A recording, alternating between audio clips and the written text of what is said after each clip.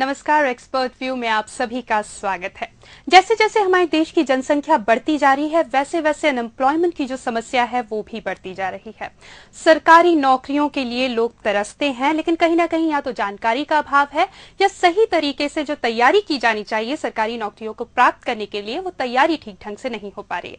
इसीलिए आज expert view में हम बात करेंगे कि सरकारी नौकरियों के लिए किस तरह से तैयारी की जानी चाहिए। एक्सपर्ट के रूप में हमारे साथ मौजूद है कौटिल्य अकेडमी के डायरेक्टर श्री सिद्धार्थ जोशी। बहुत बहुत स्वागत है जोशी जी आपका हमारे इस कार्यक्रम में। Thank you.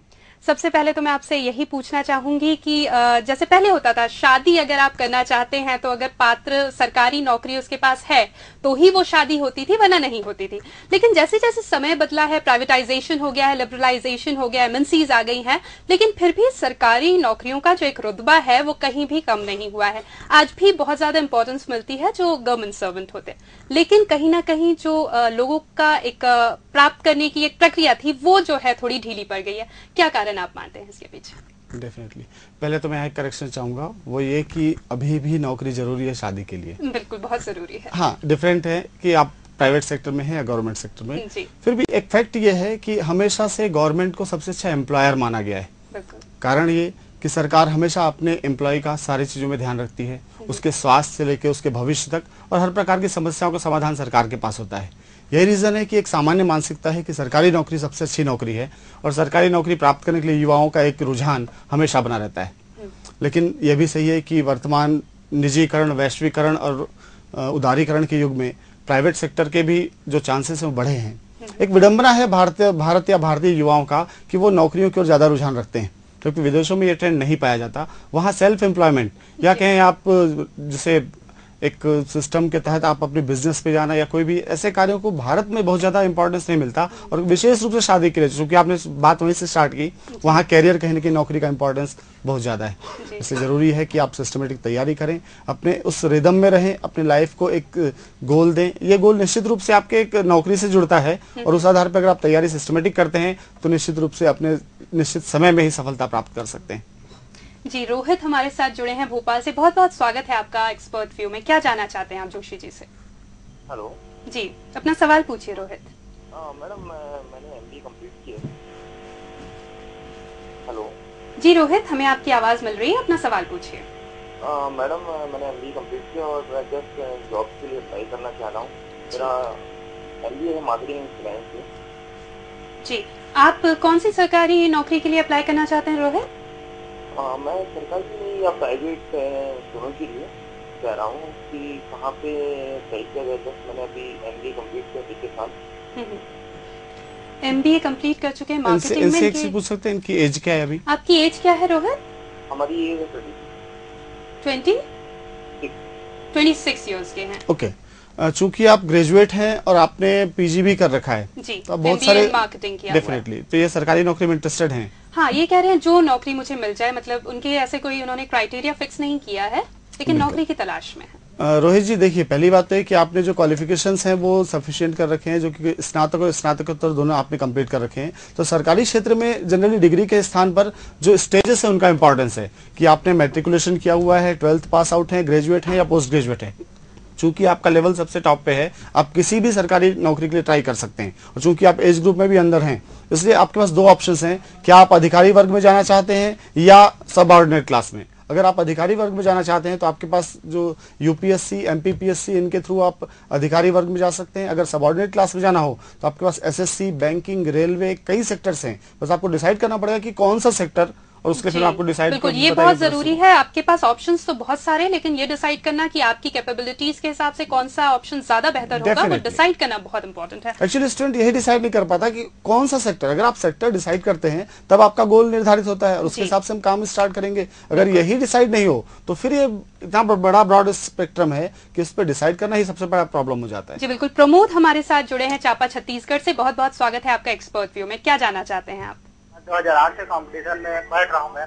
जी। कई बार तो मुझे कुछ नंबर से अंडर रैंक आने से चूक जाता हूँ। जी, अब तक कौन कौन से एग्जाम्स के लिए आपने ट्राई किया है? मैं पीएससी का तैयारी कर रहा हूँ। जी। सब्जेक्ट्स क्या थे इनके? सब्जेक्ट्स आपके क्या थे? जी, समाजशास्त्र से। समाजशास्त्र। इनका ये कहना है कि कुछ नंबरों से चूक जाते हैं। जी। देखिए प्रमोद जी, पहली बात तो ये कि आपको अपनी तैयारी का स्टैंडर्ड चेक करना पड़ेगा। इसके लिए जरूर अच्छा होगा कि आप टेस्ट सीरीज के माध्यम से या क्वेश्चन पेपर्स के माध्यम से लगातार प्रैक्टिस करें, क्योंकि कुछ नंबर से चूकना ये सच में सबसे बड़ा दुख की बात होती है। जी। समस्या है कि अगर बहुत नंबरों से चूकना लग जाए कि आपकी तैयारी में गड़बड़ी है, पर कहीं 1-2 नंबर का मार्क, ये दुखद होता है। और बहुत ज्यादा डिसअपॉइंटिंग भी होता डेफिनेटली, क्योंकि अगर मार्जिन बड़ा हो तो व्यक्ति सोचता है कि ये फील्ड मेरा नहीं है, छोड़ दे। लेकिन पीएससी फील्ड की सबसे बड़ी विडंबना है कि स्टूडेंट लगा रहता है तैयारी में, और वो जो कुछ नंबर के डिफरेंस हैं वही इनको प्रॉब्लम के रूप में सामने आ जाते हैं। तो मेरा आपसे सुझाव यही है कि पहली बात तो है कि नोट्स बना के सिस्टमेटिक स्टडी करें, और प्रैक्टिस सेट्स के माध्यम से चाहे अपने टीचर से या अपने सीनियर से डिस्कशन करें और अपनी कमियों को दूर करें, ताकि अगला जो एग्जाम है आपको रिजल्ट दे सके। क्या कोचिंग या कोई इंस्टीट्यूट ज्वाइन करना बहुत जरूरी है अगर हम किसी सरकारी नौकरी की तैयारी करना चाह रहे हैं, या यूपीएससी क्योंकि वो ज्यादा कठिन मानते हैं उसकी तैयारी करना चाह रहे हैं? बिल्कुल, ये एक ऐसा प्रश्न है जो युवाओं के दिमाग में हमेशा चलता रहता है और दोनों पक्ष सामने होते हैं। लेकिन मैं उसके जगह पे कुछ डिटेल कहना चाहूंगा कि सिलेक्शन के लिए क्या जरूरी है। बिल्कुल, अगर किसी एग्जाम में आपको सिलेक्शन चाहिए तो जो पॉइंट्स जरूरी हैं उनमें से नंबर 1 पे आता है स्टैंडर्ड का स्टडी मटेरियल। अगर आपके पास स्टैंडर्ड का स्टडी मटेरियल हो तो तैयारी करके किसी भी एग्जाम क्लियर कर सकते हैं। लेकिन समस्या ये कि जैसे स्टडी मटेरियल स्टैंडर्ड का होता है उसमें कंफ्यूजन आते हैं। इस कंफ्यूजन को दूर करने के लिए दूसरे नंबर पे आपको चाहिए आपके एक्सपर्ट्स। ये एक्सपर्ट्स आपके बड़े भाई हो सकते हैं, आपके टीचर हो सकते हैं, आपका सीनियर कोई भी हो, चाहे वो कोचिंग इंस्टीट्यूट, इससे कोई फर्क नहीं पड़ता। लेकिन हाँ, कोई ना कोई आपको एक गाइड करने वाला व्यक्ति चाहिए। तीसरे नंबर पे एक ग्रुप चाहिए जो आपको अपने उस विषय से लेकर डिस्कशन करने, उस पर बात करने, इन सब में हेल्प कर सके। इसीलिए जब हम घर में तैयारी करते हैं तो हम अकेले तैयारी करते हैं, लेकिन अगर एक ग्रुप में तैयारी करें, अगर आप कोचिंग क्लास ज्वाइन कर लेते हैं तो ये सारी चीजें इजी वे में अवेलेबल हो जाती हैं। अदरवाइज ये सारी चीजें आप अपने घर में भी अवेलेबल करा सकते हैं। यहाँ पर बाध्यता ये नहीं कि आप कोचिंग क्लास ज्वाइन करें, लेकिन बाध्यता यह है कि ये तीनों चीजें, यानी स्टैंडर्ड का स्टडी मटेरियल, उस पर प्रॉब्लम डाउट क्लियर करने के लिए कोई गाइडेंस, प्लस एक ग्रुप, अगर ये 3 चीजें आपके घर में अवेलेबल हैं, आपके मोहल्ले में, आपके फ्रेंड्स में है, तो कोचिंग क्लास कोई बाध्यता नहीं। जी बिल्कुल। हमारे साथ ग्वालियर से जुड़े हैं अभिषेक, बहुत बहुत स्वागत है आपका एक्सपर्ट व्यू में। क्या सवाल है आपका? मैम, मैं ये पूछना चाह रहा हूँ, मैं मैडम एसएससी और बैंकिंग दोनों की तैयारी कर रहा हूँ, बट मैं दोनों में अपना कॉम्प्रोमाइज मतलब तालमेल नहीं बिठा पा रहा हूँ मैं। तो मैं किस प्रकार से मतलब मैम तैयारी करूँ मैम दोनों सेक्टर के लिए? मैम, ये एक कॉमन समस्या है, क्योंकि एक साथ 2-3 जगहों पर वो ट्राई करते हैं और सबका जो एक तालमेल है वो नहीं बैठा पाते। अभिषेक की भी यही समस्या है। अभिषेक के इस क्वेश्चन से कई लोगों की प्रॉब्लम सॉल्व होंगी अभी। दरअसल इन्होंने जो 2 एग्जाम के नाम लिए, एसएससी और बैंकिंग। दरअसल कुछ एग्जाम्स जिनको हम लोअर सबऑर्डिनेट क्लास के एग्जाम्स कहते हैं, उन सबका पैटर्न सेम है। जैसे banking, SSC, railway, NDA, CDS, CPO, CPF, MPSI, कई ऐसे एग्जाम्स हैं जिनमें जो सिलेबस है लगभग सिमिलर हैं। जैसे नंबर 1 पे जनरल स्टडीज, दूसरे पे आएगा मैथमेटिक्स, देन रीजनिंग, इसके अलावा कंप्यूटर, मार्केटिंग। ये कुछ ऐसे टॉपिक्स है जब कंपलसरी होने लगे। अगर कोई व्यक्ति इन 5-6 चीजों की सिस्टमेटिक तैयारी करे तो वो इनमें से किसी भी चाहे एग्जाम को क्लियर कर सकता है। बस डिपेंड करता है कि वो प्रैक्टिस करने पे ज्यादा ध्यान रखें। इनकी जो प्रॉब्लम है बैंकिंग और एसएससी को लेके, बैंकिंग की एक क्वालिटी होती है कि वो हमेशा मैथ्स, रीजनिंग पे ज्यादा ध्यान दिया जाता है, उसके क्वेश्चन ज्यादा लेंदी या टफ प्रकार के होते हैं। लेकिन एसएससी में जनरल स्टडीज का इंपॉर्टेंस ज्यादा है। बैंकिंग में जनरल स्टडीज नहीं आता, या ये कहूं कि जनरल स्टडीज में जीके प्लस करंट अफेयर्स और इकोनॉमिक्स पूछा जाता है, जबकि एसएससी के एग्जाम में हमेशा मैथ्स, रीजनिंग के साथ साथ जनरल स्टडीज में history, geography, science and technology, polity, economics, ये सारी चीजें होती हैं। और इस वजह से ये बाध्यता है आपकी कि आप अगर एसएससी का एग्जाम दे रहे हैं तो जीएस पे ज्यादा फोकस करें, जबकि बैंकिंग अगर आपका टारगेट है तो मैथ्स और रीजनिंग आपकी इसीलिए जब भी आप अपने ऑप्शंस चुने, अगर 2-3 एग्जाम्स चुन रहे हैं तो एक ही कैडर के जो हैं या एक ही तरह की जिसमें तैयारी चाहिए रहती है वो चुनना ज्यादा बेहतर होगा, ज्यादा बेनिफिशियल, क्योंकि आप एक तैयारी से कई एग्जाम्स क्लियर कर सकते हैं। फिर ये आपकी मर्जी, आप किसे ज्वाइन करना चाहें। यूथ में जो गवर्नमेंट जॉब है उनको लेके कितना रुझान है ये हमको हमारे इस कार्यक्रम में देखने को मिल रहा है, क्योंकि लगातार युवाओं के फोन आ रहे हैं। अदिति हमारे साथ जुड़ी है जबलपुर से, बहुत बहुत स्वागत है आपका एक्सपर्ट व्यू में। क्या पूछना चाहती हैं आप? हेलो जी पूछिए अदिति।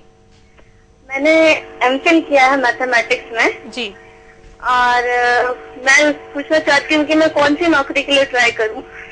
जी, क्या ऑप्शंस हैं इनके बिल्कुल पास? इनके पास भी इनको एज पूछिए पहले। लेकिन अदिति अगर आप हमें सुन पा रही हैं तो अपनी एज बताएंगी प्लीज। कनेक्शन उनसे हमारा 27 ईयर्स की। 27 ईयर्स हो। दरअसल मैं ये क्लियर कर दूं कि मैं हर बात में एज क्यों पूछ रहा हूँ। दरअसल सरकारी नौकरी में बाध्यताएं हैं, प्राइवेट में जनरली नहीं होता कि आपके जो कैलिबर है उसके हिसाब से एज बहुत ज्यादा मायने नहीं रखता, लेकिन प्राइवेट के अतिरिक्त जब हम गवर्नमेंट में देखते हैं तो एज बार बहुत ज्यादा मायने रखता है। यहाँ 18 से लेके 27 तक, फिर 27 से लेके 33 तक कई एज ग्रुप बने हुए हैं। हालांकि महिलाओं के लिए अधिकतर एग्जाम्स में 45 इयर्स तक का छूट है। बावजूद इसके चूंकि उन्होंने भी एमफिल कर रखा है तो मुझे लगता है कि शायद इनका रुझान टीचिंग फील्ड में हो सकता है। अभी एक वैकेंसी आई हुई थी प्राचार्य भर्ती के लिए, हालांकि उसका एग्जाम नहीं हुआ है और सुनने में यह भी आ रहा है कि शायद उसमें वापस दोबारा से फॉर्म फिलअप करवाए जाएं। इसके अलावा NET नेशनल एलिजिबिलिटी टेस्ट की तैयारी करके प्रोफेसरशिप के लिए जा सकते हैं। ये UPSC PSC की तैयारी भी कर सकते हैं क्योंकि ये उस एज ग्रुप के भी अंदर है। इसके अतिरिक्त 27 साल होने की वजह से अब ये इनका मैथ्स है तो ये बेनिफिशियल हो सकता है कि अगर बैंकिंग सेक्टर PO में अगर जाएं और 27 है लेकिन 1 साल ही इनके पास है। इनके पास एक प्रॉब्लम है, अब एज मतलब 27 कंप्लीट है तो फिर वो प्रॉब्लम हो सकता है। बिल्कुल। हमारे साथ मयूर जुड़े हैं उज्जैन से, बहुत बहुत स्वागत है आपका एक्सपर्ट व्यू में। क्या सवाल है आपका? मैं इंडियन आर्मी की तैयारी कर रहा हूँ, मतलब मैं 2 बार सिलेक्ट हो चुका हूँ, मतलब फिजिकल मेडिकल में हर बार रिटर्न में रह जाता हूँ। जी, रिटर्न में वो रह जाते हैं, क्या करें? फिजिकल हो जाता है, इसका मतलब है इनका शारीरिक क्षमताएं तो ठीक है पर मानसिक क्षमता पर इन्होंने ध्यान नहीं दिया है। मेरा आपसे फिर वही बात है कि अगर आपको तैयारी करनी है तो आपको जनरल स्टडीज को टॉप पे प्रायोरिटी पे रखते हुए उसकी तैयारी करनी पड़ेगी, साथ ही मैथ्स और रीजनिंग इन दोनों का प्रैक्टिस करना पड़ेगा। पर इन्होंने एक चीज ये क्लियर नहीं किया कि इन्होंने कौन से एग्जाम्स दिए, क्योंकि आर्मी या नेवी में भर्ती होने के लिए 10वीं के बाद 12वीं के बाद ग्रेजुएशन, ये अलग अलग लेवल पे एग्जाम्स हैं। 12th के बाद NDA का एग्जाम होता है, उसका भी पैटर्न बैंकिंग पैटर्न पे ही है। उसमें मैथ्स, रीजनिंग, GS और इंग्लिश इन 4 चीजों की टेस्ट की जाती है। ग्रेजुएशन के बाद CDS का एग्जाम होता है, उसमें भी जो सिलेबस है वो सिमिलर है, बस डिपेंड करता है कि इनकी तैयारी कौन सी है। रिटर्न में रहने का सीधा सा मतलब है कि इन्होंने जनरल स्टडीज की तैयारी सिस्टमेटिक नहीं किया है। मेरा आपको सजेशन ये है कि GS की तैयारी करें, रेगुलर न्यूज़पेपर्स और मैगजीन्स की स्टडी करें, प्रैक्टिस सेट्स लगाएं ताकि आपको अगले एग्जाम में कम से कम जितना ज्यादा वो प्रैक्टिस सेट लगा सकते हैं, एक दिन में 3-4 उतना लगाए ताकि उनकी जो तैयारी है वो बिल्कुल पुख्ता हो। बिल्कुल। इसमें क्या होता है कि एक स्टूडेंट को स्ट्रेटेजी ये बनानी चाहिए कि वो दिन भर पढ़ाई करें पर शाम के समय को एक निश्चित समय रखते हुए उस समय सिर्फ प्रैक्टिस सेट्स लगाएं। अगर वो प्रैक्टिस नहीं करेंगे तो उनकी जो पढ़ाई है उसका रिवीजन नहीं होगा, वो चीजें याद नहीं होंगी और पढ़ा हुआ सब इन वेन की स्थिति है। बिल्कुल। अजय हमारे साथ जुड़े हैं दतिया से, बहुत बहुत स्वागत है एक्सपर्ट व्यू में आपका। क्या सवाल है आपका अजय? मैं ये पूछना चाहता हूँ सर, मैं SSC का पेपर दे रहा हूँ सर जी। मुझे क्या बैंक PO और UPSC के देने चाहिए क्या पेपर, मतलब या पर्टिकुलर एक ही लाइन के पेपर देने चाहिए? मैं यही कहना चाहूंगा कि इन्होंने लोअर सबऑर्डिनेट रेंज चूज किया है तो इस सिलेबस से मिलते जुलते जितने भी एग्जाम्स हैं आपको वो सब देने चाहिए जी।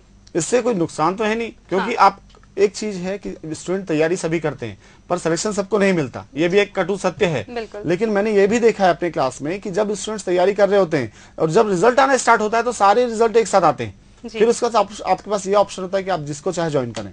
लेकिन ये आपको तैयारी करते समय आपको खुद चूज करना पड़ेगा कि आपका सेक्टर क्या है, क्या आप रेलवे में जाना चाहते हैं या नहीं, पुलिस इंस्पेक्टर बनना चाहते हैं या नहीं। ये मैं सजेशन दे सकता हूँ एग्जाम के लिए, पर कैरियर तो आपको ही ऑप्ट करना पड़ेगा जी, इसीलिए उन्हीं को डिसाइड करना पड़ेगा अल्टीमेटली। अनिल हमारे साथ जुड़े हैं कोरिया से, बहुत बहुत स्वागत है एक्सपर्ट व्यू में आपका। क्या सवाल है आपका? मैडम डिप्लोमा इलेक्ट्रिकल से है मेरा और ITI भी है, तो ITI में लाइन अटेंडेंट ग्रेड 2 में जो है पदस्थ हूँ बिजली बोर्ड में जी। तो फ्यूचर में और आगे बढ़ने के लिए ऐसा कुछ है मैडम? अनिल आपकी एज क्या है? 32 ईयर मैडम। 32 ईयर्स है, क्या स्कोप है इनके पास? दरअसल ये चूंकि IIT किए हुए इनके पास टेक्निकल डिग्री होने की वजह से ITI किया है इन्होंने और डिप्लोमा है। That's okay. रेलवे में कुछ ऐसे फिटर, कुछ गैंगमैन, इन सब चीजों की भर्ती आती है, लेकिन इनका एज प्रॉब्लम हो सकता है। लेकिन अगर सिमिलर डिग्री या डिप्लोमा किसी और के पास और एज कम हो तो कंफर्म है कि वो रेलवे में जा सकते हैं, वहाँ टेक्निकल्स के लिए बहुत अच्छे चांसेस हैं जी। प्रशासनिक सेवाओं की काफी लोगों ने बात की, UPSC, MPSC, PSC, तो उसमें जब हम तैयारी करते हैं उन परीक्षाओं के लिए तो किस तरह की तैयारी होनी चाहिए? देखिए, जो ऑफिसर ग्रेड की तैयारी है वो PSC के द्वारा कंडक्ट किया जाता है और PSC 2 प्रकार से हैं। नंबर 1 UPSC जो पूरे भारत के लिए एग्जाम कंडक्ट करता है, दूसरे नंबर पर हर स्टेट का अपना PSC होता है, जैसे कि मध्य प्रदेश के लिए MPPSC। ये दोनों ही एग्जाम का जो पैटर्न लगभग सिमिलर है। ये 3 फेज में एग्जाम होते हैं, prelims, mains and interview. Reason ये है कि जो ह्यूमन ब्रेन है इसके भी 3 स्टैंडर्ड या 3 स्तर माने गए हैं।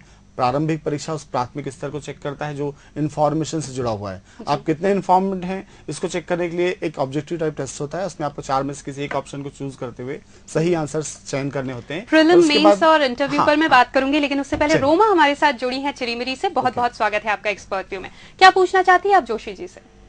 मैम मैं आज से कंप्यूटर से DCA कर रही हूँ, ठीक है? जी रोमा, आगे क्या करना चाहती हैं आप? कहाँ से कर रही है DCA? कहाँ से आप कर रही हैं? मैं आज से कंप्यूटर सेंटर से। आईसेक कंप्यूटर से कर रही हैं जी। और आगे क्या करना चाहती हैं रोमा आप? मैं बैंक में जॉब करना चाहती हूँ। बैंक में जॉब करना चाहती है। आपकी क्वालिफिकेशन एज क्या है आपकी? क्वालिफिकेशन क्या है रोमा आपकी? BCom की हूँ। बीकॉम किया है। और आपकी एज? 20 इयर्स। 20 इयर्स। बिल्कुल ठीक। चूंकि इन्होंने बीकॉम कर लिया है तो इनके कंप्यूटर कोर्स का उसमें कोई रिलेशन नहीं है। अगर बैंकिंग की तैयारी करना चाहें, आपके पास 2 ऑप्शंस हैं, एक बैंक PO की तैयारी और दूसरा बैंक क्लरिकल की तैयारी। दोनों का जो पैटर्न लगभग सिमिलर होता है। मैथ्स, रीजनिंग, GS इंग्लिश जो बार बार बात कर चुके हैं, आप दोनों के एग्जाम्स दे सकते हैं। बाकी बात रही आईसेक्ट या फिर किसी भी कंपनी जहां से आप कंप्यूटर्स कर रहे हैं, मेरा सजेशन आपको यही है कि गवर्नमेंट जब कभी गवर्नमेंट जॉब्स की बात आती है, ये हमेशा यूनिवर्सिटीज या गवर्नमेंट कॉलेज को ही प्रेफरेंस देते हैं, प्राइवेट सेक्टर को नहीं। एग्जाम जैसे पिछली बार पटवारी परीक्षा के लिए हुआ था, इसमें DCA, PG DCA ये 2 क्वालिफिकेशन कंपलसरी माना गया था। पर समस्या ये आई जब कई लोग जिन्होंने क्लियर किया था पर इनके पास जो सर्टिफिकेट्स थे वो प्राइवेट सेक्टर के थे, किसी संस्थान के या फिर किसी जैसे IIT और NICT समथिंग होती है। लेकिन अगर यूनिवर्सिटी का होगा तभी उनको सिलेक्शन मिलेगा, अदरवाइज से बाहर कर दिए जाएंगे। तो अगर सरकारी नौकरी में जाना है तो सरकारी चीजों को ही प्राथमिकता दें। जी, तो जो लोग सुन रहे हैं और ये मंशा रखते हैं कि वो कंप्यूटर्स का कोई कोर्स करेंगे, उनके लिए ये बहुत ही एक इम्पोर्टेंट इन्फॉर्मेशन है यहाँ पर। अगर आप सरकारी नौकरियों में जाना चाहते हैं तो बहुत जरूरी है कि आपका जो सर्टिफिकेशन है, जो डिप्लोमा है, वो किसी यूनिवर्सिटी के माध्यम से हुआ हो। हमारे साथ अमर जुड़े हैं खंडवा से। बहुत बहुत स्वागत है एक्सपर्ट व्यू में आपका। क्या जानना चाहते हैं आप? सर मैं ये जानना चाहता हूँ, मैं BCom टैक्स का स्टूडेंट हूँ। जी अमर, अपना सवाल पूछिए। जी मैं BCom टैक्स का ग्रेजुएशन स्टूडेंट हूँ। जी। मेरा अभी BCom चल रहा है। बाकी मुझे आगे कौन सी जॉब्स में अप्लाई करना चाहिए, SSC या PSC या UPSC? मैं स्पोर्ट्समैन भी हूँ एक। अच्छा, आप स्पोर्ट्समैन भी हैं, तो उसका भी शायद उनको कुछ फायदा मिलता होगा अगर स्टेट या नेशनल लेवल पे खेला हो। इंटरव्यूज में जनरली जो स्पोर्ट्स कोटे से या फिर NCC ऐसे फिजिकली फिट लोग होते हैं, उनको 5 मार्क्स का ग्रेस जनरली मिलता है। इन्होंने कहा कि BCom कर रहे हैं, तो इनके पास जो एक सबसे अच्छा ऑप्शन है वो है CA की तैयारी करना। CA CPT के माध्यम से आप चार्टर्ड अकाउंटेंट बन सकते हैं। CS का ये कर सकते हैं कोर्स। दूसरा ये कि आप बैंकिंग सेक्टर आपके लिए सबसे अच्छा है क्योंकि आप कॉमर्स से जुड़े हुए हैं, तो बैंक PO क्लरिकल की तैयारी है। लेकिन अगर आप अधिकारी वर्ग में जाना चाहते हैं तो आप कॉमर्स चूंकि BCom कर रहे हैं तो इसकी तैयारी के साथ साथ UPSC भी कर सकते हैं। UPSC की तैयारी अगर आप अभी तैयारी करते हैं तो आप ग्रेजुएशन के बाद एग्जाम दे पाएंगे, पर तैयारी अभी स्टार्ट होने से एक चांस बनता है कि सिलेक्शन आप ले सकें। अच्छा, कई बार हम सवाल पूछ लेते हैं कि कौन कौन से हमारे पास ऑप्शंस है, लेकिन हम ये नहीं बताते कि हमारे पास क्या क्या कैपेबिलिटीज हैं, तो वो सोचना भी थोड़ा इम्पोर्टेंट है। बहुत ज्यादा मायने तो वही रखता है क्योंकि आप अल्टीमेटली आप खुद क्या चाह रहे हो, आपके डेडिकेशन किस फील्ड में वो सामने हो, इसलिए करियर काउंसलिंग में सामने बैठ के बात करने की ज्यादा इंपॉर्टेंस होती है। फिर भी हम प्रयास तो ये करते हैं कि जो टेलीफोनिक क्वेश्चंस हैं उनका आंसर इनको सेटिस्फाइड लेवल पर दे सकें। बिल्कुल। हर्षमिता हमारे साथ जुड़ी हैं उज्जैन से। बहुत बहुत स्वागत है एक्सपर्ट व्यू में आपका। क्या जानना चाहती हैं आप? Good evening ma'am. Good evening sir. मैंने PSC का रखा है और मैं 23 इयर्स की हूँ एंड मैं पार्ट टाइम जॉब कर रही हूँ और मुझे बैंकिंग सेक्टर में ज्यादा इंटरेस्ट है। तो मुझे बेसिकली रीजनिंग और मैथ्स में थोड़ा टफ पड़ता है। मुझे किस तरह से उसका प्रैक्टिस करनी पड़ती है, कैसे करनी चाहिए मुझे उसकी प्रैक्टिस? डेफिनेटली देखिए, बैंकिंग सेक्टर में जितने भी प्रश्न आते हैं उसमें जो प्रॉब्लम होता है वो टाइम ड्यूरेशन होता है। हाँ। अगर उसके क्वेश्चंस किसी सामान्य स्टूडेंट को दे दिया जाए तो दिन भर में सारे क्वेश्चन सही सॉल्व कर देगा। समय की जो पाबंदी होती है 3 घंटे में आपको 2 घंटे में 200 क्वेश्चन को सॉल्व करना। और मैथ्स के लिए प्रैक्टिस लिए ज्यादा अच्छा होगा कि आप जो मिडिल स्कूल रेंज की जितनी बुक्स हैं मैथमेटिक्स की उसका प्रैक्टिस करें, बार बार उसको सॉल्व करने का तैयारी करें। एक्चुअली मैथमेटिक्स और रीजनिंग में जो प्रॉब्लम है वो प्रैक्टिस की कमी होने की वजह से स्पीड का कम होना है। अगर ये स्पीड को मेंटेन कर लेते हैं तो ये एग्जाम जैसा सरल एग्जाम कोई है ही नहीं।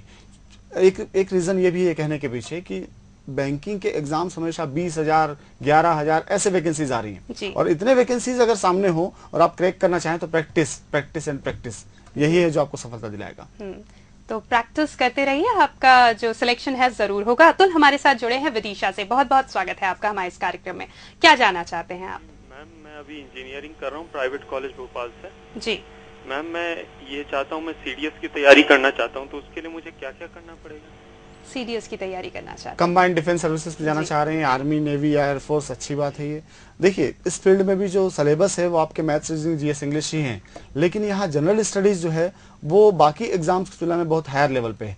आपको न्यूज़पेपर में द हिंदू जैसे किसी नेशनल लेवल के बड़े न्यूज का रेगुलर स्टडी करना पड़ेगा, मैगजीन्स कंटिन्यू स्टडी करने पड़ेंगे ताकि आपको जनरल स्टडीज में एक कमांड हासिल हो।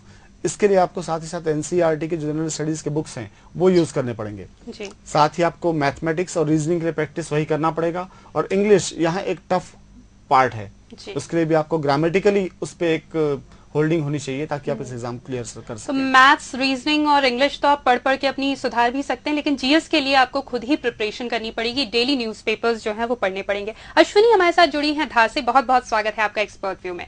क्या जानना चाहती हैं आप? दोनों बच्चे, बालिका और बालिका, ने बीसीए करा है सीवी रमन यूनिवर्सिटी से जी। अब उन्हें एमएससी आईटी या एमसीए या क्या करूं? उन्होंने इस बारे में आप मार्गदर्शन देंगे या किसी और जॉब की हो जाना है? इन्होंने बीसीए किया हुआ है जी। देखिए हम जिस मैटर पे बात कर रहे हैं वो है सरकारी नौकरी। बिल्कुल। बीसीए करने के बाद इनके पास अभी कई एग्जाम्स के ऑफर हैं। मैं हमेशा स्टूडेंट से ये कहता हूँ कि 2 साल आप मास्टर डिग्री करेंगे, उसके स्थान पे 2 साल तैयारी कर लो, सीट लेके किसी भी सरकारी नौकरी पे बैठ जाएं। पर जनरली होता है कि स्टूडेंट वो डिग्री कलेक्ट करने में ही ध्यान रखता है, और जब ग्रेजुएशन सारी चीजें कंप्लीट हो जाती हैं तब फिर बारी आती है कि नहीं अब आगे किस प्रकार से हम बाकी चीजों को कलेक्ट करें। यानी पीजी करने के बाद ही नौकरी क्यों ढूंढे हम? क्यों ना ग्रेजुएशन अगर कंप्लीट है तो आप तैयारी करें, और 2 साल की तैयारी बहुत सफिशिएंट टाइम है किसी भी सरकारी नौकरी प्राप्त करने के लिए। पर चूंकि आपने क्वेश्चन पूछा है तो मैं कह दूंगा कि आपको एमसीए करना चाहिए बीसीए के बाद, ज्यादा बेनिफिशियल है जी। उसके बाद वो अपने ऑप्शंस जो है वो उनकी मर्जी। मैं तो कहूंगा कि अभी तैयारी चालू करें, 6 महीने के अंदर उसको सिलेक्शन मिल सकता है अगर सिंसियरली तैयारी है तो। क्योंकि बैंकिंग या फिर एसएससी फील्ड में मेरा पर्सनल एक्सपीरियंस है, अगर 6 महीने कोई स्टूडेंट सिंसियरली तैयारी कर ले तो सिलेक्शन से नहीं चूक सकता। बिल्कुल। तो इसीलिए अब आपको डिसाइड करना है कि आपको आगे पीजी करना है या फिर किसी एग्जाम की तैयारी करनी है। हमारे साथ जुड़े हैं संजय, बहुत बहुत स्वागत है आपका एक्सपर्ट व्यू में। क्या जानना चाहते हैं आप? हेलो सर, मैंने सर 12th आर्ट सब्जेक्ट से मैम आर्ट की है इस बार, तो मैम बीसीए करेंगे तो उसमें कुछ बेनिफिट मिलेगा आगे चल के हमको? कोई दूसरा सब्जेक्ट चूज करना चाहिए? मैंने फिर से कहा कि यहाँ सरकारी नौकरियों में विषय का ज्यादा इंपॉर्टेंस नहीं है। आपने स्नातक किया, 12th पास आउट है या स्नातकोत्तर है, इसी आधार पे आपको अधिकतर एग्जाम्स की एलिजिबिलिटी मिलती है। फिर भी अगर आप बीसीए करना चाह रहे हैं तो नो डाउट आज की डेट में कंप्यूटर का जमाना है, हर चीज में कंप्यूटर्स की आवश्यकता है, तो अगर आप बीसीए करते हैं तो बेनिफिशियल हो सकता है, पर इसका कोई स्पेशल एडवांटेज ऐसा नहीं है जिसके आधार पे आपको बीसीए पर बेस्ड कोई नौकरी मिल जाए। जी बिल्कुल। कई बार ऐसा होता है प्रशासनिक सेवाओं की, आप प्रीलिम्स, मेंस और इंटरव्यू की बात कर रहे थे कि प्रीलिम्स क्लियर हो जाता है, मेंस क्लियर हो जाता है, लेकिन इंटरव्यू में कई बार वो लोग अटक जाते हैं। ऐसा क्यों होता है? इंटरव्यू में ऐसा क्या खौफ होता है? बिल्कुल, पहले तो इस भ्रम को मैं दूर करना चाहूंगा, क्योंकि यूपीएससी या पीएससी के पैटर्न में प्री, मेंस और इंटरव्यू, यहाँ मेन एग्जाम मेंस है, नाम ही मेंस रख दिया गया ताकि शायद आप उसको समझ सकें। इंटरव्यू को कभी भी पास नहीं करना होता। मैं इसको रिपीट करना चाहूंगा कि इंटरव्यू को पास करना ही नहीं होता, उसमें जो भी मार्क्स मिलते हैं वो मेंस में जुड़ता है जी। और उसके बाद वो मेरिट लिस्ट बनती है। अगर आप मेरिट लिस्ट के अकॉर्डिंग आपको पोस्ट मिल रहा है तो आपको चयन होगा, अदरवाइज आप बाहर होंगे।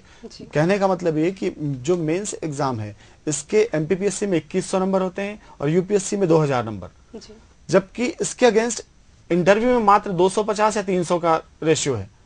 इस कंडीशन में आप देखें तो अगर आपने मेंस में अच्छे मार्क्स ले लिए हैं तो इंटरव्यू में कम मार्क्स होने के बाद भी सिलेक्शन हो जाता है, जबकि अगर मेंस का परफॉर्मेंस ठीक नहीं हो तो आप इंटरव्यू के पूरे मार्क्स लेने के बाद भी सिलेक्शन नहीं ले सकते। तो आपको पूरा ध्यान देना चाहिए मेंस की तैयारी पर, इंटरव्यू सेकेंडरी है। जी बिल्कुल, इसीलिए प्रीलिम्स और मेंस बेसिकली आपको ज्यादा तैयार करने की जरूरत है। ऋषि हमारे साथ जुड़े हैं दमोह से, बहुत बहुत स्वागत है एक्सपर्ट व्यू में आपका। क्या सवाल है आपका? नमस्ते मैडम। नमस्ते। मैं ये जानना चाहता हूँ, जैसे हमने एमएसडब्ल्यू किया है, अब हमारे लिए गवर्नमेंट जॉब के लिए क्या ऑप्शन है? MSW masters in social work. पहली बात तो फिर वही जो हम जब से रिपीट करते हैं, चूंकि इनका मास्टर डिग्री कंप्लीट है तो वो सारे एग्जाम जो हम डिस्कस कर चुके हैं वो हैं। इसके अलावा अभी गवर्नमेंट ने संविदा स्तर पे कई एनजीओज में इनकी भर्ती स्टार्ट की है। अच्छा। एनजीओ में जा सकते हैं, हालांकि एनजीओ फिर प्राइवेट सेक्टर हो गया, हमको गवर्नमेंट सेक्टर की बात करनी है इनके लिए, तो इनका गवर्नमेंट में रुझान है। देखिए एमपीपीएससी में कुछ एग्जाम्स और कुछ पोस्ट ऐसे हैं जिसमें सोशियोलॉजी या एमएसडब्ल्यू वालों को प्रायोरिटी रखा जाता है। तो ये प्रायोरिटी बेस्ड ये अगर तैयारी एमपीपीएससी की करते हैं तो कुछ पोस्ट इनके लिए एक तरीके से रिजर्व्ड हैं और उसमें इनको बेनिफिट मिल सकता है। जी, हमने कई सारी बातें कर ली, प्रशासनिक सेवाओं की बात कर ली, बैंक की बात कर ली, रेलवे की बात कर ली। मैं आपसे बात करना चाह रही हूँ सिविल जज या एडीपीओ की, उसके बारे में कुछ बताइए, अगर तैयारी करनी हो तो क्या करना है? जैसे कि शुरुआती दौर में हमने बात चालू किया था कि रोजगार की कमी हो रही है, बेरोजगारी बढ़ रही है, सरकार की जो जिम्मेदारियां वो भी बढ़ रही हैं, निजीकरण और ये सारी चीजें चल रही हैं। इस क्रम में न्यायपालिका का दायित्व बढ़ता जा रहा है। न्यायपालिका का दायित्व बढ़ने के साथ साथ अगर आप एक कॉमन डाटा लेते हैं, एक सामान्य आंकड़ों के अनुसार लगभग 4 करोड़ केस पेंडिंग है जी। और एक कहावत है कि न्याय में देरी अन्याय के बराबर है। Justice delayed is justice denied. Definitely. तो अब इसी बात पे अगर ध्यान दिया जाए तो गवर्नमेंट ने पिछले लगभग 3 साल से लगातार वैकेंसीज निकाले हैं, यानी कहीं ना कहीं वो प्रयासरत है कि इस बैकलॉग को कंप्लीट किया जाए। इस कंडीशन में युवाओं का जो रुझान है वो सिविल जज एडीपीओ की ओर बढ़ भी रहा है और चूंकि एग्जाम्स रेगुलर हैं, अब सिलेक्शंस होने की वजह से एक मोटिवेशन मिलता है स्टूडेंट्स को और वो तैयारी कर रहे हैं। ये भी एग्जाम सिंपल, वही प्री मेंस और इंटरव्यू 3 एग्जाम्स इसमें भी होंगे। सिविल जज की बात कर रहे हैं हम अभी, लेकिन इसमें सिर्फ वही स्टूडेंट्स भाग ले सकते हैं जिन्होंने एलएलबी किया हो। तो एलएलबी करने के बाद जो पहला प्रीलिम्स